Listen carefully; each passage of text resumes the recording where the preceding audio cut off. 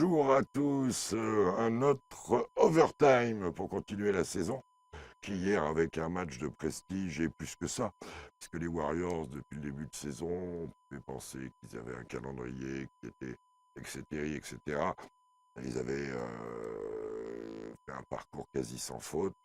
Ben voilà, ils ont en mettant une grosse tôle aux Nets, en faisant un troisième carton majestueux. Steph Curry a bien montré qu'il était le numéro un de ce début de saison. Et il a surtout montré que, que autour de lui, eh ben, il y avait des rôles, il y avait une équipe, il y avait une efficacité. Que Andrew Wiggins a pris une dimension physique importante. Dans la constance, il commence aussi à être plus homogène. Que Jordan Poole, que le retour d'André Iguodala, moi qui me scie, eh ben, ça fait une équipe des Warriors qui, quoi qu'il arrive, eh ben, en attendant le retour de Klay Thompson, qui participe aux entraînements en opposition, une équipe des Warriors qui a vraiment bonne mine avec un Draymond Green qui a retrouvé le niveau des années 2016-17, où il était quand même le meilleur défenseur de l'année, et que derrière ce leader qui est Steph Curry, eh ben, il y a une dynamique, et Steve Kerr sait la manier autour de cette franchise, et autour bien évidemment, Steve Kerr, Bob Myers, le staff, tout le monde est à féliciter parce qu'ils ont traversé des moments difficiles, entre blessures, départ de Kevin Durant, entre le changement de salle, quand Steph Curry devait porter l'équipe tout seul. Enfin bref, c'est une belle récompense. Et en face, les Nets, il y a beaucoup de boulot. Il va falloir poser les vrais problèmes aussi. Absence de Kyrie, absence de Joe Harris, je veux bien. Mais à l'intérieur, c'est trop faible. Et Steve Nash nous dit qu'ils ont bien défendu. Tant bien lui fasse. J'en suis pas persuadé. Mais de toute façon, la photo du classement est terrible. À l'Est, je pense qu'il y a 13 équipes qui peuvent rentrer en play-in. Quand on regarde, et avec les classements actuels d'Atlanta, de Milwaukee, de Boston, ce sont des équipes qui ne sont pas à leur place. Alors, est-ce que d'autres vont y rester à cette place-là, comme Cleveland, voire Toronto, enfin, et d'autres, hein. Il y a des équipes qui sont bien mal parties à l'Est, et d'autres qui sont très très bien parties, sans parler de Washington, qui n'est pas de tout le monde, avec Montrezarel, avec Dinwiddie, avec des joueurs qui s'éclatent pour partout, même quand Bradley Beal n'est pas là. Ils ont réussi à taper, certes, les Pelicans, mais en étant passés à -17, avec un élan collectif, avec un Kuzma d'ailleurs qui fait des cartons par son dernier match, qui montre bien que la confiance emmagasinée en début de saison par des victoires, elle pèse. Et les équipes qui gagnent maintenant, elles ne sont pas au niveau où elles étaient, elles sont au niveau supérieur. Et celles qui ont perdu, comme Boston, comme les Bucks, comme d'autres, eh ben elles vont souffrir. Le capital confiance emmagasiné par les Warriors ou par Miami en ce début de saison, il est important.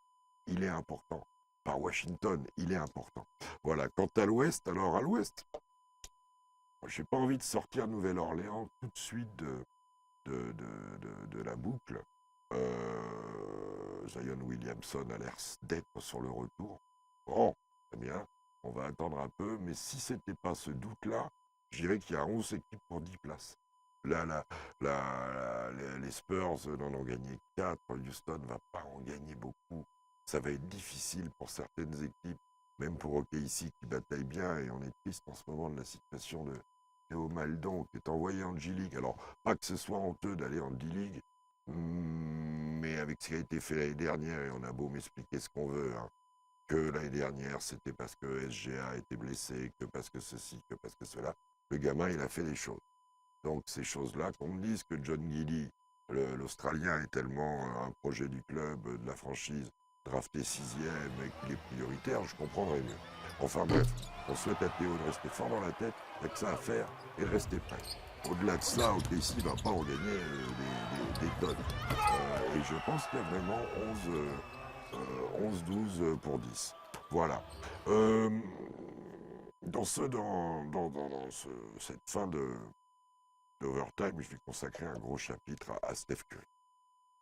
Parce que d'abord, même si on peut lire ici ou là deux, trois excités, perso, je le suis depuis le début.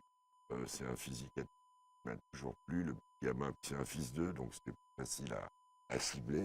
le petit gamin de Davidson avec un physique banal, j'allais dire de représentant de commerce, mais voilà, banal, il arrive à taper tous les records de Davidson, à mettre des 3 points, il se retrouve drafté 7e. Là-dessus, des blessures, là où c'est drôle, c'est qu'il est 7e et que devant lui, il y a un dénommé Johnny Flynn et Ricky Rubio. Donc vous voyez, dans la priorité des meneurs, et devant lui, 5e et 6e. Il n'était pas quand même non plus, même si Ricky Rubio, immense carrière, mais c'est un mis plus. Et puis il se blesse.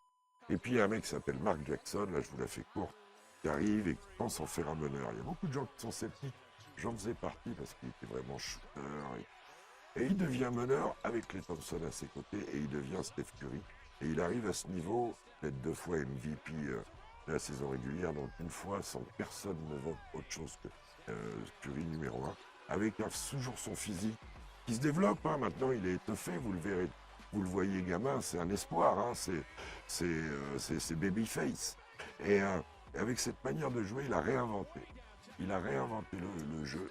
Il a réinventé l'approche du jeu collectif, avec le 3 points bien sûr, mais aussi avec l'alternance, avec le jeu d'intervalle de ses coéquipiers que ça génère, avec le fait de gagner, avec le fait d'être capable de défendre ce qu'il faut pour être dans une équipe qui a eu des séquences défensives incroyables à l'époque de ses titres et qui en ce moment, où elle est forte, a des séquences défensives qui sont des blitz terribles.